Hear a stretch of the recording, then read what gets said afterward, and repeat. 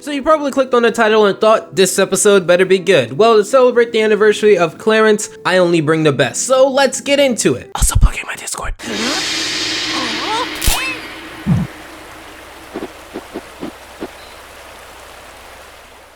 I want to set the scene. The episode clearly talks about the space race, the time in which both the United States and the former Soviet Union had one of many competitions to achieve space flight, and the countless records that came with that. Sumo and Jeff care more about the space race aspect, Sumo more, but we'll get to him in a second. Clarence, on the other hand, has his own set of issues that he'll have to solve. Miss Baker, where does the moon go in the day? Oh, the moon is always there, Clarence. Circling around and around, controlling the tides, the weather, and some even say our emotions. So Clarence wouldn't take that at face value and genuinely think that the moon is a powerful being that has ill intent towards him. It's silly but fun and a light plot. I don't necessarily need to dive into it too much because it's exactly what you would expect. Meanwhile, throughout the paranoia, you would see Sumo be mesmerized by the space race. There's always going to be something especially wholesome and pure about a kid being in awe about space and the idea of being an astronaut. The better of the two plots here is how they set up the A plot, involving Sumo and the antagonist of this episode, Benson. I'm not happy with you guys. Both of your grades are slipping, and unfortunately, you're the only two in the class at risk of getting summer school. Again, Sumo. So I'm putting you both in charge of your rocket building groups. You're responsible for designing your own rockets and leading your teams to victory. The pair up here is very simple. Sumo is poor and lives in a trailer. He doesn't care about education, doesn't really think things through, and seems to not really mind the idea of going back to summer school again. But he's a good kid and will try when he's interested in the topic. Despite not thinking things through, he does have a set of morals and principles that you'll see tested throughout this episode. Benson, on the other hand, is very spoiled and was handed everything in life, and as such, he's become very bored with the day-to-day life and somewhat lives through his materialism at such a young age. He's also pretty self-aware about his wealth and has become arrogant about it. However, there is a tiny amount here that really throws a curveball at you.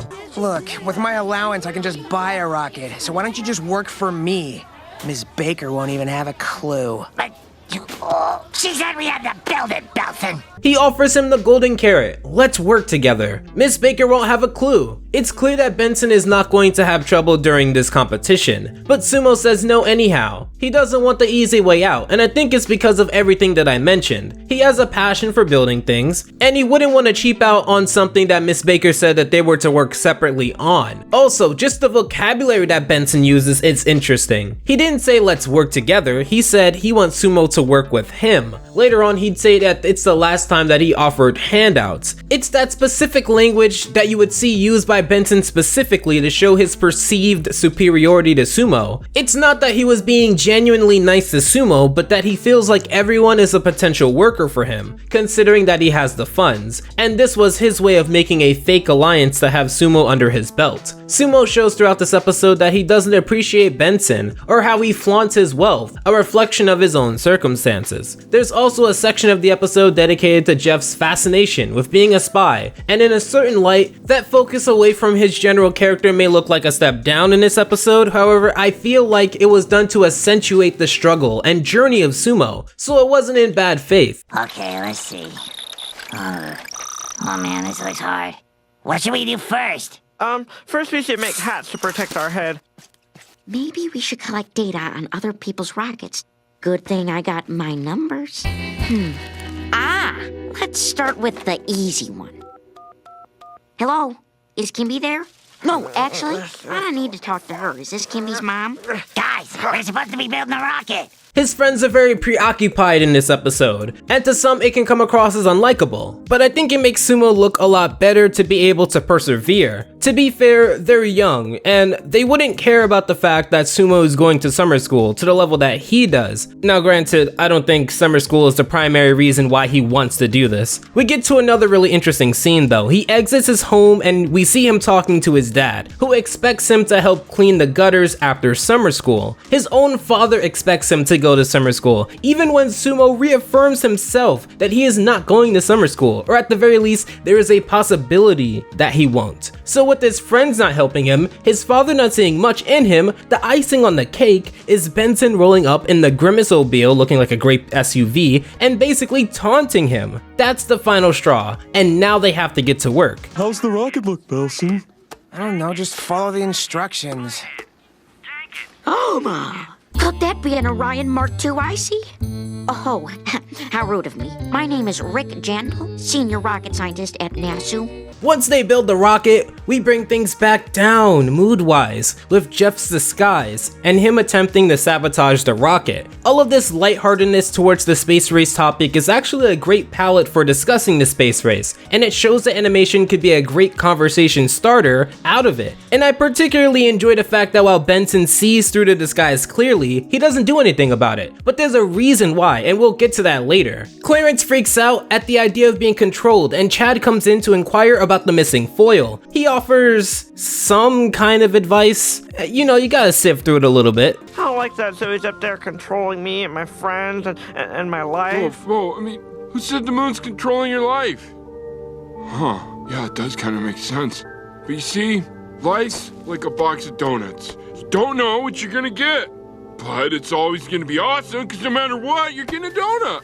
With Clarence's gesture to take off his tinfoil helmet while the moon is out, we end the B-plot confidently. Once again, it was a very simple and straightforward plot, and it didn't take anything away from Sumo's plot, which is a good thing. Which, speaking of, we get to the biggest part of the episode, and I really want to double down and focus on it. The reason Benson wasn't concerned about the rocket falling apart was that he had extras, because of course he does. That's what he would do with his allowance money. Which again shows that money buys away your problems apathy that he had earlier. It reaffirms that. It also puts a huge dent in the confidence of Jeff being a spy. Even though it's as minor as Clarence's contribution towards this episode, there are some parts that confuse me. So Benson had a secret controller that he used for the rocket, in which after having a pretty much straight trajectory, hits other rockets, of which only Sumo, not even a teacher, Miss Baker, was able to realize. He's actively cheating and not even really hiding it if he's both caught and fighting against Sumo both in the sky and on the ground. And in that sense,